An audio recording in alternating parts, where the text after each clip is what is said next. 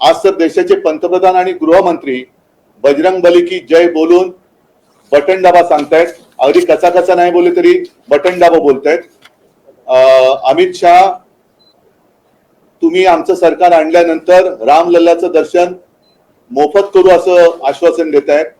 हा निवडणूक आचारसंहितेमध्ये मान्य केले गेलेला नियम आहे, त्याच्यात बदल केलाय का हे आम्हाला पाहिजे होतं. त्याच्याबद्दल परत एकदा स्मरणपत्र देऊनही निवडणूक आयोगाकडनं आम्हाला काही उत्तर आलं नाही. आणि आम्ही त्यांना असं म्हटलं होतं की तुम्ही एकतर उत्तर द्या, आणि उत्तर दिलं नाही तर मात्र तुम्ही हा नियम बदललाय असं गृहीत धरून आम्ही देखील जर का उद्या असा प्रचार केला तर आमच्यावरती तुम्हाला कारवाई करता येणार नाही. अन्यथा जर तसा नियम बदलला नसेल तर यांच्यावरती काय कारवाई केली ते आम्हाला सांगा. निवडणूक आयोगाने आम्हाला काल पत्र लिहिलेलं आहे आणि त्यातले 2 शब्द त्यांनी काढायला लावलेले आहेत. आता हे शब्द कोणते आहेत तर त्याच्यामध्ये एक कडवं असं आहे की हिंदू हा तुझा धर्म, जाणून घे हे मर्म, जीवन कर त्यास तू बहाल. आता याच्यातला हिंदू धर्म हा शब्द त्यांनी काढायला लावलेला आहे. आमच्यावरती जे टीका करतात उद्धव ठाकरेंनी हिंदुत्व सोडलं, ते राज्यकर्ते आहेत, त्यांच्या हाताखाली हा निवडणूक आयोग काम करतो.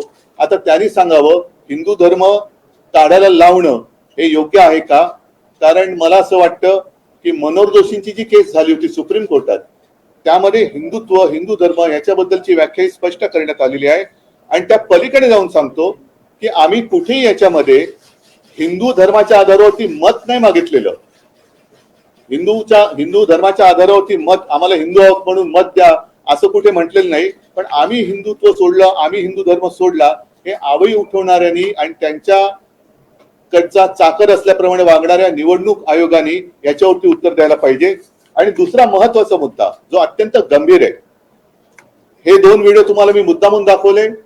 त्याच्यामध्ये आपले तत्कालीन पंतप्रधान, मी तत्कालीन म्हणतो कारण आता निवडणुकीमध्ये सगळं काळजीवाहू असतं, पंतप्रधान असं म्हणालेले की बजरंग बली की जय बोलून तुम्ही बटन दाबा. अमित शहा म्हणाले की तुम्ही आम्हाला मत द्या, आम्ही तुम्हाला रामलल्लाचं दर्शन घडू. आम्ही सुद्धा राम भक्त आहोत, आम्ही सुद्धा हनुमान भक्त आहोत. महाराष्ट्राचा विचार केला तर महाराष्ट्रामध्ये आई तुळजाभवानी हे महाराष्ट्राचं कुलदैवत आहे. ज्या तुळजाभवानीने छत्रपती शिवाजी महाराजांना आशीर्वाद दिले. अगदी भवानी तलवारीची सुद्धा एक गोष्ट किंवा एक प्रसंग हा सगळ्यांच्या हृदयामध्ये कोरला गेलेला आहे. कधीही एखाद्या गोष्टीची सुरुवात करताना भवानी झाली काय, भवानी झाली काय असं आपण म्हणतो. आणि गेले कित्येक वर्ष जय भवानी जय शिवाजी ही घोषणा ही जनतेच्या हृदयामध्ये आहे. अगदी महाराष्ट्राच्या कडे कपारीत, काना कोपऱ्यात, गल्ली बोळात सगळीकडे जय भवानी जय शिवाजी ही घोषणा आहे. आणि मी आपल्याला आठवण करून देतो की निवडणूक आयोगाला आम्ही त्यावेळेला हेही सांगितलं होतं आपल्याच माध्यमातून की जर हे त्यांना तुम्ही परमिशन त्यांना देत असाल तर मग उद्या आम्ही हर हर महादेव बोललो किंवा जय भवानी जय शिवाजी ते आम्ही बोलणारच, ते कोणी थांबवू शकत नाही. तर तुमचा आक्षेप असता कामा नये. आता ते गीत जे आम्ही तुमच्या माध्यमातून जनतेसमोर दिलं होतं, त्या गीतामध्ये त्या गाण्याचा जोश एक वाढतोय आणि त्याच्यात बॅकग्राऊंडला ज्याला आपण कोरस म्हणतो किंवा बॅकग्राऊंड म्हणतो त्याच्यात जय भवानी जय शिवाजी ही घोषणा आहे. आणि त्या घोषणेमधल्या जय भवानी हा शब्द काढा हा निवडणूक आयोगाचा आम्हाला लेखी फतवा आलेला आहे. आम्ही कोणत्याही परिस्थितीत जय भवानी हा शब्द काढणार नाही.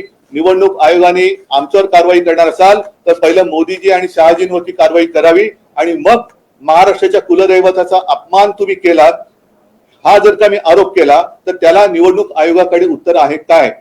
ठीक आहे, जनता बघून घेईल, पण महाराष्ट्राच्या दैवताचा सुद्धा उल्लेख करायचा नाही. जी आमची घोषणा आहे जय भवानी जय शिवाजी, या घोषणेला सुद्धा तुम्ही जय भवानी हा शब्द काढायला लावताय.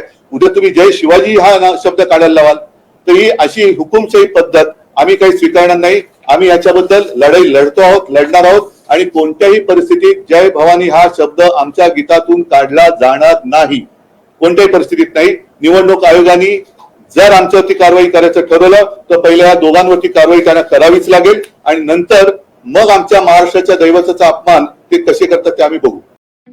ठळक घडामोडींसाठी देशोन्नती न्यूज चॅनलला सबस्क्राईब करा आणि बेल आयकॉन प्रेस करा. मुंबई, पुणे, नागपूर, मराठवाडा असो का विदर्भ, राजकीय, सामाजिक, शैक्षणिक क्षेत्र असो का क्रीडा, सर्वच घडामोडीचे विश्लेषण पाहायला विसरू नका. फक्त देशोन्नती न्यूजवर.